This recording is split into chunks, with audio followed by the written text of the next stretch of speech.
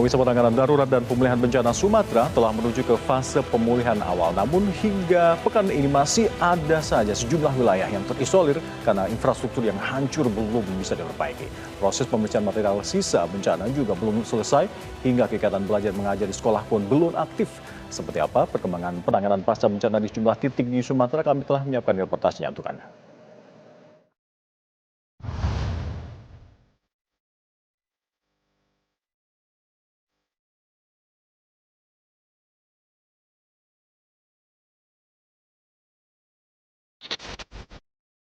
Hampir 2 bulan berlalu sejak bencana banjir bandang dan tanah longsor menerjang wilayah Aceh Tengah. Namun, pemulihan infrastruktur vital di lokasi terdampak belum sepenuhnya rampung. Hingga kini, masih belasan desa terisolir karena hancurnya infrastruktur, terutama jembatan. Hingga kini, sejumlah jembatan permanen yang putus masih menyulitkan kehidupan warga. Bahkan, tidak sedikit warga desa yang menjadikan tali gantung atau sling sebagai akses utama penyeberangan. Selain untuk menyeberangkan orang, sling baja ini juga menjadi tumpuan warga untuk mengangkut sepeda motor hingga hasil bumi ke pasar. Warga mengakui ada risiko besar yang mengintai setiap kali mereka melintasi sungai dengan alat seadanya. Namun, tuntutan hidup membuat mereka tidak memiliki pilihan lain. Sampaikan bahwa hari ini daerah yang terisolir tinggal 15 lebih. Tinggal 15 lagi karena beberapa waktu yang lalu ini desa beberapa kecamatan ini sudah bisa dilewati dengan roda 4. Meskipun masih darurat sudah bisa dilewatinya. Dan ini mungkin beberapa hari ke depan ini desa ini juga tidak lagi terisolir. Transportasi antar daerah di wilayah pasca bencana Sumatera kini mengandalkan jembatan Beli. Seperti akses jalan lintas nasional Takengon Pamil atau Aceh Tengah PD ini. Jembatan dengan panjang 42 meter dan lebar 3,5 meter ini dibangun menggunakan lantai kayu dan hanya dapat dilalui kendaraan dengan beban maksimal 30 ton. Sebelumnya, warga Kecamatan Rusip Antara selama hampir 2 bulan terisolasi total karena akses jalan terputus. Di jalur lintas nasional Takengon Pamil ini terdapat 3 titik jembatan yang rusak akibat banjir bandang serta tanah longsor. Sudah lakukan fungsional dari jembatan Bele, Perumpelang ini, dan antusias masyarakat sangat senang dengan selesainya pembangunan jembatan Bele di Perumpelang ini. Pembangunan hunian sementara korban bencana di Kabupaten Aceh Tengah juga masih terus dikebut. Pembangunan tahap pertama menargetkan 781 huntara yang dibagi dalam 2 kecamatan, yaitu Kecamatan Linge dan Kecamatan Ketol. Di Kecamatan Linge, relokasi dilakukan untuk 6 kampung, sementara di Kecamatan Ketol, relokasi mencakup 3 kampung. Dari 6 kampung terdampak di Kecamatan Linge, 4 diantaranya telah diselesaikan proses penetapan dan pembelian lahannya. Seluruh proses dilakukan melalui musyawarah dan kesepakatan bersama antara pemerintah, gereja, dan masyarakat. Bupati Aceh Tengah menjelaskan, dana pembelian lahan relokasi berasal dari donasi berbagai pihak. Percepatan pembangunan huntara menjadi prioritas utama, mengingat waktu yang semakin dekat dengan bulan suci Ramadan. Kalau tidak salah 231 unit itu selesai. Sebelum Ramadan dan targetnya sebelum akhir bulan itu sudah selesai. Dan untuk beberapa daerah lagi, ini hari ini sudah kita mulai pengukuran, bahkan ada huntara yang dilakukan oleh masyarakat secara mandiri. Ini pun dibenarkan, cuma tidak banyak. Ada sebagian sebagai contoh, dan nanti ini kan dilihat juga oleh tim verifikasi dari BNPB.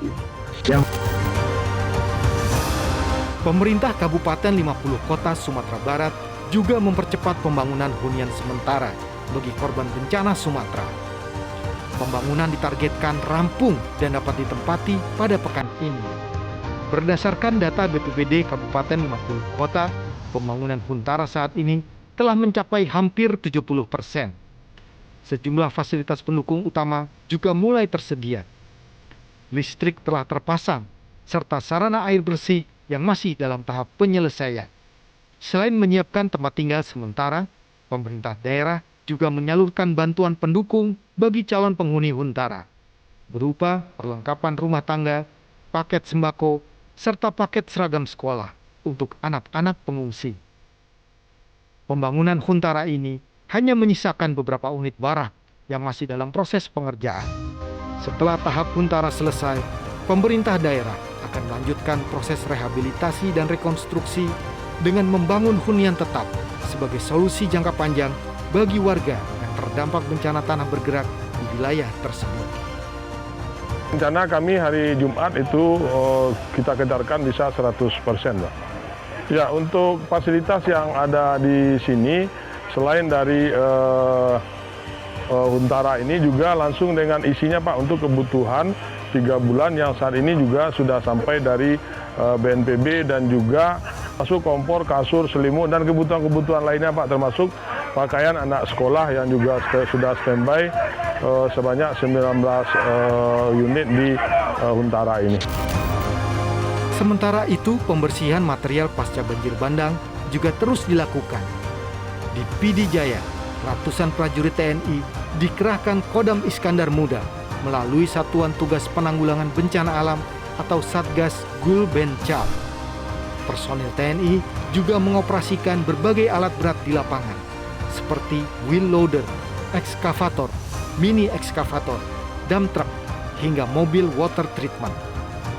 Berbagai peralatan tersebut difokuskan untuk membersihkan lumpur dan material sisa banjir, memperbaiki saluran drainase, membuka kembali akses lingkungan dan pemukiman warga, memulihkan fasilitas umum, hingga menyediakan air bersih siap konsumsi bagi masyarakat terdampak. Sejumlah wilayah yang telah dibersihkan kini kembali dihuni warga, seperti Desa Aik Ngadol, Kecamatan Batang Toru, Tapanuli Selatan, Sumatera Utara. 2 bulan terakhir, warga terpaksa tinggal di pengungsian. Kini, meskipun belum sepenuhnya pulih, warga sudah mulai kembali beraktivitas. Warga mengaku sangat bersyukur karena sudah bisa berkumpul kembali bersama keluarga. Kondisi di lingkungan desa berangsur normal seiring dengan kembalinya para penghuni ke rumah yang sempat mereka tinggalkan. Warga berharap pemerintah segera memperbaiki lahan pertanian warga yang hingga kini masih tertimbun material sisa banjir. Menurut BNPB, perkembangan terkini penanganan darurat dan pemulihan bencana Sumatera telah menuju fase pemulihan awal. Total korban meninggal dunia secara keseluruhan mencapai 1.200 jiwa. Korban hilang tercatat sebanyak 143 jiwa dan jumlah warga yang masih mengungsi mencapai 113.903 jiwa. Pembersihan material pasca banjir yang belum tuntas membuat kegiatan belajar mengajar juga belum efektif. Di Biren misalnya, siswa dan guru masih sibuk membersihkan area dan peralatan sekolah dibantu TNI. Minimnya air bersih dan tidak ada alat berat membuat proses pemulihan sekolah berjalan lambat. Sudah hampir 80% lokasi kami sudah bersih dan semua ruangan juga sudah bersih, tinggal yang di luar. Untuk aktivitas belajar makanya bagaimana nih selama ini? Untuk selama ini kita belum efektif untuk pembelajaran dan insya Allah kita minggu depan atau Senin besok ya kita akan mulai pembelajaran normal. Sementara untuk mobiler, meja dan sebagainya masih bagus atau bagaimana nih? Iya, untuk mobiler kita hampir 100% terkena banjir dan sebagian masih bisa kita gunakan, namun sebagian besar memang rusak tidak bisa kita gunakan lagi. Sehingga ruangan sebagian belum ada meja kursi ini, tapi sudah bersih. Jelajahi cara baru mendapatkan informasi. Download Metro TV Extend sekarang.